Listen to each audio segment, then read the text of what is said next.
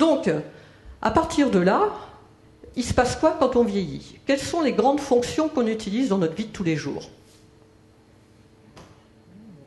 J'ai besoin de quoi, là, dans mon corps? Des muscles. Alors, les muscles. Ensuite, le souffle. Oui. Le souffle, d'accord. Donc, le souffle, il va avec quoi? Avec la circulation, donc le cœur. Okay, donc, c'est ce qu'on appellera le cardio-respiratoire. Oui.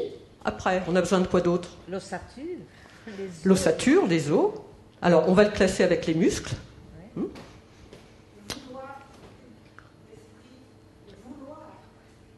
Vouloir. La volonté. De sortir, d'accord. Ok, mais par rapport à notre corps. Alors, une bonne digestion, d'accord, mais ça, pour l'instant, nous, ça nous intéresse pas trop, mais effectivement. L'énergie. Alors, l'énergie, on va l'associer au système cardio-respiratoire également. Mes muscles, là, je vais à la fois... Qu'est-ce que je peux faire avec mes muscles? Je vais à la fois les faire travailler, mais qu'est-ce que je peux faire également pour essayer de garder cette mobilité? La souplesse. La souplesse, on va la travailler, on en a besoin tous les jours, ne serait-ce que, par exemple, pour aller accrocher le linge au fil à linge, par exemple, ou aller attraper quelque chose là-bas en haut de mon armoire. Alors, on a vu les muscles, donc on va dire la fonction musculaire, on a vu la fonction cardio-respiratoire, la souplesse, l'équilibre. Allez, encore deux. La force, on va la faire, on va la mettre avec les muscles. La vue. On a besoin d'une bonne vue. Alors la vue, on va y revenir, effectivement. L'ouïe, on va la classer avec la vue, mais ça ne fait pas partie de mes fonctions. Elles sont au service de mes fonctions. Par exemple, on vient d'en parler, hein. La mémoire. Ah oui. Bah oui, la mémoire, on en a quand même besoin. Hein. Et puis un dernier, pour m'aider à m'orienter, l'orientation dans l'espace, c'est ce qu'on appelle l'habileté motrice, d'accord ? C'est-à-dire être capable de pouvoir bouger, hein, en me repérant, en étant dans la bonne direction, dans le bon plan, etc. Ce qui veut dire que, par exemple, dans ma vie de tous les jours, lorsque je vais faire mes courses au supermarché, que je vais garer ma voiture, lorsque je ressors du magasin avec mon chariot plein, je dois être capable de retrouver ma voiture. Alors maintenant, souvent, il y a des pancartes, il y a des repères, etc. Ça veut bien dire qu'au départ, il faut avoir cette faculté de prendre un repère, de s'en souvenir, pour pouvoir ensuite retrouver sa voiture et ranger ses courses dedans et rentrer chez soi. D'accord ? Donc, grosso modo, voilà les 6 grandes fonctions qu'on utilise dans notre vie de tous les jours. L'endurance, on va la mettre dans la fonction cardio-respiratoire. C'est tout à fait juste. Alors, quand on vieillit, qu'est-ce qui se passe ? Très succinctement, au niveau, par exemple, musculaire, surtout si je suis plutôt sédentaire, alors sédentaire, ça veut dire je limite ma dépense énergétique au minimum, c'est-à-dire c'est le minimum requis. Je prends l'ascenseur au lieu de prendre des escaliers. Voilà, je prends l'escalator en ville au lieu de prendre des escaliers également. Enfin, je prends la voiture pour faire 500 mètres. Voilà, être sédentaire, c'est ça.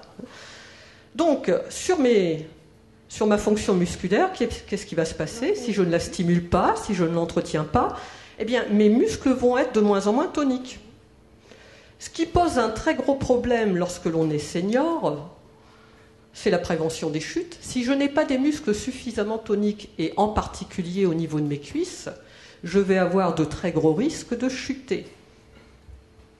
Et si je chute, ça peut avoir des conséquences dramatiques. On verra après. D'accord ? Donc, conserver une tonicité musculaire, eh bien, il faut le faire au cours de la vie. Entre 40 et 75 ans, au niveau des muscles, on perd environ 35 à 40% de notre masse musculaire. C'est énorme, si on ne l'entretient pas, hein, bien entendu. Hein. Donc ça veut dire qu'il faut absolument garder une activité physique qui va nous permettre d'entretenir cette tonicité musculaire, de réagir aux événements. Donc grosso modo c'est ça, essayer au maximum de garder cette tonicité musculaire pour l'objectif fondamental au niveau des personnes âgées, c'est éviter les chutes, parce que les chutes peuvent avoir des conséquences dramatiques, la plus dramatique étant le décès. On meurt plus d'une chute que d'accidents de la route. Alors, ça, je parle des statistiques en France, mais je pense qu'en Belgique, ça doit être la même chose. Le rapport est de 1 à 4. On a 4000 décès au niveau des accidents de la route, on en a 12 000 dus aux chutes. Vous comprenez bien que ça devient un problème de santé publique. Donc voilà. Prévention des chutes, on va en parler. Prévention des chutes. Qu'est-ce qui se passe? Qu'est-ce qui intervient dans l'équilibre? On a besoin de quoi? Vous en avez déjà cité 2 tout à l'heure. La vue. Alors la vue, et puis l'oreille interne, tout à fait juste. La vue, l'oreille interne. Et il m'en manque un 3e. Alors de temps en temps, je vais employer des gros mots.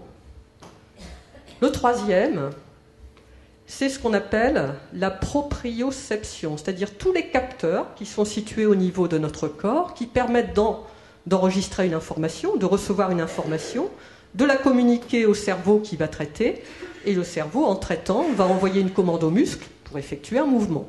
Les capteurs les plus importants sont situés au niveau des pieds. Et vous voyez bien que ça peut poser un problème lorsque tout doucement, on vieillit, c'est qu'il peut y avoir des pathologies associées aux pieds, il peut y avoir des maladies, telles que par exemple le diabète, qui peuvent provoquer une perte de sensibilité du pied et qui vont peut-être favoriser ce risque de chute. Donc, on a au niveau de l'oreille interne également des calcifications, des petits cils qui permettent de laisser passer le liquide qui règle l'équilibre. Au fur et à mesure que l'on vieillit, ça c'est inéluctable. C'est comme ça, on n'y peut rien. Et au niveau du regard, de la vue, pareil, au fur et à mesure que l'on vieillit, le champ visuel, il a tendance à se rétrécir. Pour mesurer le champ visuel, c'est très simple. Alors, on va peut-être pas faire le test parce que vous allez peut-être donner une gifle au voisin ou à la voisine, mais le test, c'est celui-ci. Je tends mes bras sur le côté, je tends les pouces et je dois être capable de voir mes 2 pouces. Au départ, quand on est jeune, on est là. Au fur et à mesure, on va se retrouver ici. D'accord? Donc ce qui veut dire, et voilà, on peut faire le test.